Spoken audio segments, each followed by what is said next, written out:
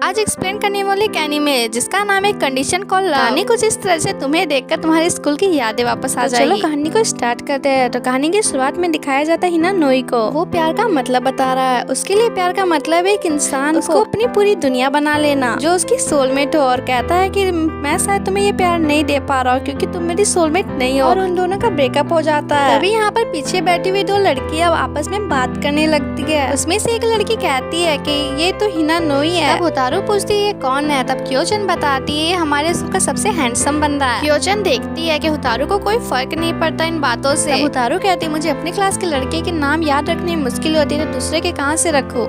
और होतारू कहती है तुम जिसे पसंद करती हो उसके बारे में बुला भरा कैसे कह सकती हो। तब क्योचन कहती है जब प्यार नफरत में तब्दील हो जाए तो वो 100 गुना ज्यादा बढ़ जाती है, इसीलिए ज्यादा प्यार करना भी बुरा होता है। तब होतारू कहती है क्या जब किसी को प्यार होता है तो वो उसके फैमिली और फ्रेंड से ज्यादा इम्पोर्टेंट हो जाती है। वो आज तक कभी ऐसा फील ही नहीं की क्योंकि उसके साथ कभी ऐसा कुछ हुआ ही नहीं, इसीलिए कहती है कि वो प्यार के लिए बनी ही नहीं है। क्योचन कहती है जब तुम्हें प्यार होगा तो तुम खुद समझ जाओगे। उसके बाद क्योचन अनाउंस करती है कि उसका एक बॉयफ्रेंड है, जिसमें होतारू सिर्फ कांग्रेचुलेशंस कहती है, जिसको देखकर क्योचन शॉक्ड हो जाती है और कहती है तुम्हें कहना चाहिए कहीं तुम मुझे छोड़ के तो नहीं चली जाओगी। जिसमें होतारू कहती है कि तुम कुछ ज्यादा ही ओवर एक्टिंग कर रही हो। उसके बाद दिखाया जाता है दोनों अपने घर जाने लगते हैं। फिर होतारू अपने बारे में बताने लगती है वो 16 साल की है और वो फर्स्ट ईयर हाई स्कूल में पढ़ती है। उसके लाइफ में लव या रोमांस जैसी चीज कुछ भी नहीं है। उसके लिए उसकी फैमिली और फ्रेंड ही सब कुछ है। वो छोटे छोटे चीजों में एंजॉय करती है, उससे वो बेहद खुश है क्योंकि वो हमेशा से यही मानते आई है। फिर वो पार्क में हिना नोई को देखती है जो इतनी ठंड में बिना अम्ब्रेला का बैठा हुआ है। वो सोचती है ब्रेकअप उसके लिए काफी मुश्किल रहा होगा। वो सोचती है जब प्यार में ऐसा होता है तो लोग प्यार के चक्कर में पड़ते ही क्यों है, प्यार में ऐसा क्या महसूस होता है। और वो उसकी मदद करने की सोचती है। वो अम्ब्रेला लेकर हिना नोई के पास पहुंचती है और अपना अम्ब्रेला हिना नोई की तरफ आगे बढ़ाती है और कहती है इतनी ठंड में तुम बीमार पड़ जाओगे। उसे ये बात नहीं पता थी उसके ये अम्ब्रेला बढ़ाने से उसकी पूरी लाइफ बदल जाएगी। नेक्स्ट डे में दिखाया जाता है हिना नोई होतारू को प्रपोज करता है और डेट में जाने के लिए कहता है, लेकिन होतारू कोई जवाब नहीं देती है। नेक्स्ट डे में दिखाया जाता है हिना नोई को जो होतारू का वेट कर रहा है और वो हिना नोई को देखती है और कहती तुम मेरा ही वेट कर रहे थे ना। तो हिना नोई कहता है हाँ। फिर होतारू कहती है मैंने तो तुम्हें कल मना कर दिया था, फिर तुम आज मेरा वेट क्यों कर रहे हो। तभी हिना नोई कहता है मैं तुम्हें और एक मौका देता हूँ कि तुम मुझे अच्छी तरीके से जान लो, उसके बाद सोचेंगे क्या करना है। दोनों साथ में स्कूल जाने लगते हैं। दोनों को साथ देखकर बाकी सारे स्टूडेंट उनके बारे में बात करते हैं। ये सब ध्यान से सुन रही होती है। तभी हिना नोई होतारू को उसकी पसंद और नापसंद के बारे में पूछता है, लेकिन होतारू कुछ नहीं सुन रही होती है। हिना नोई वापस से उसे पूछता है उसे किस चीजों पे दिलचस्पी है जैसे हेयर स्टाइल, फैशन। तो होतारू बताती है उसे छोटे बाल पसंद है क्योंकि उसे संभालने में आसानी होती है। तब होतारू कहती है हिना नोई क्या तुम मुझे बता सकते हो तुमने मुझे क्यों चुना। फिर वो होतारू की तरफ प्यार से देखता है और उसे कहता है हिना नोई कहता है जब तुमने मेरे लिए अम्ब्रेला आगे बढ़ाया तो मुझे लगा तुम मेरी सोलमेट हो सकती हो। वो बोला मुझे बहुत सारी लड़कियों ने डेट के लिए पूछा है लेकिन जब वो मुझे जानती है तो मैं उन्हें डरावना और बुरा लगता हूँ,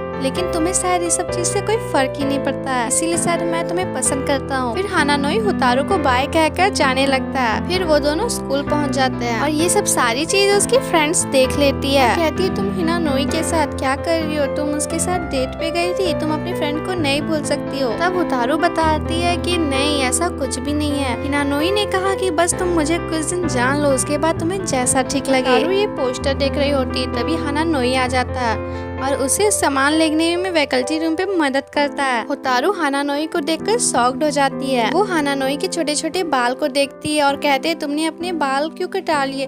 तो वो कहता है कि क्योंकि तुमने कल कहा था। होतारू कहती है कि वो तो मैं अपने लिए बोल रही थी तुम्हारे लिए नहीं। हिना नोई कहता है क्या तुम्हें ये पसंद नहीं। दोनों साथ में वैकल्टी रूम जाने लगते हैं। होतारू कहती है कि मुझे नहीं पता किसी के लिए स्पेशल फील करना कैसा लगता है। वो कहती है वो एक रोबोट है जिसे कोई फील ही नहीं होता है। हिना नोई कहता है कि तुम्हें ये कोशिश करके देखनी चाहिए। हिना नोई कहता है कि तुम मेरे साथ डेट पे जाओगी तो समझ जाओगी, क्रिसमस आने तक हम लोग एक दूसरे को समझते हैं। तो होतारू कहती है मेरे जैसे लोगों को कभी किसी से प्यार नहीं हो सकता। तभी लंच का टाइम हो जाता है, सभी लंच करने चले जाते हैं। तभी होतारू की फ्रेंड्स आ जाती है और कहती है मैं अपने बॉयफ्रेंड के साथ लंच करने जा रही हूँ, प्लीज तुम अकेले कर लेना। और दूसरी फ्रेंड को क्लब पार्टी में जाना होता है, इसकी वजह से होतारू अकेले हो जाती है। हिना नोई आ जाता है और होतारू को लंच के लिए पूछता है तो वो उसके साथ चली जाती जाती है। तभी यहाँ पर हम लोग देखते हैं फिर वो सोचती है उसे नहीं आना चाहिए था। हानानोई होतारू को लंच करने के लिए बुलाता है और वो लंच देता है उसे और बोलता है ये मैं तुम्हारे लिए खास लेकर आया हूँ। होतारू ये लंच को देखती है और उसे याद आता है कि ये पोस्टर वाला है जो ये बहुत ही ज्यादा फेमस है। दोनों शेयर करके खाने लगते हैं। होतारू पूछती है कि तुम्हारी इयररिंग्स कहाँ गए। हानानोई कहता है कि मुझे लगा कि तुम्हें ये सब पसंद नहीं है इसलिए मैंने उतार दिया। होतारू कहती मुझे ये पहले ही कहना चाहिए था कि तुम्हें मेरे लिए बदलने की कोई जरूरत नहीं है, तुम ऐसे ही अच्छे लगते हो, तुम वही करो जिससे तुम्हें खुशी मिलती है। और फिर वो अपनी एक इयररिंग पहन लेता है क्योंकि उसके एक इयररिंग गुम हो चुकी है। नेक्स्ट डे दिखाया जाता है जिसमें होतारू सोचती है पता नहीं हानानोई इतनी मेहनत क्यों कर रहा है। तभी उसकी फ्रेंड कहती है हानानोई इतनी मेहनत इसीलिए कर रहा है क्योंकि तुम उसे पसंद करो। तभी होतारू के एक फ्रेंड आ जाती है जो हेयर बैंड मारने लगती है। तो होतारू अपनी हेयर बैंड अपनी फ्रेंड को दे देती है। फिर सभी रेस करने लगते हैं ग्राउंड में। उसके बाद नेक्स्ट सीन में दिखाया जाता है हानानोई को जो होतारू को बुलाने आता है घर जाने के लिए। तभी वह देखता है कि होतारू से उसकी फ्रेंड माफी मांग रही होती है क्योंकि वो उसके हेयर बैंड को घुमा दी होती है। वो होतारू को घर जाने के लिए पूछता है। तभी होतारू कहती है कि मुझे हेयर पिन्स ढूंढनी है ग्राउंड में। फिर वो लोग ग्राउंड पहुंचते हैं और देखते हैं ग्राउंड में बहुत ही ज्यादा बर्फ पड़ रही है और ठंड भी लग रही है जिसकी वजह से हेयर पिन्स ढूंढना नामुमकिन हो चुका है। देखकर फिर वो लोग घर चले जाते हैं। होतारू अपनी हेयर पिन के बारे में सोच रही होती है। तभी उसे हानानोई का कॉल आता है और वो पूछता है उसकी हेयर बैंड कैसी है। तब होतारू पूछती है तुम कहाँ हो स्कूल पे। तो हानानोई कहता नहीं।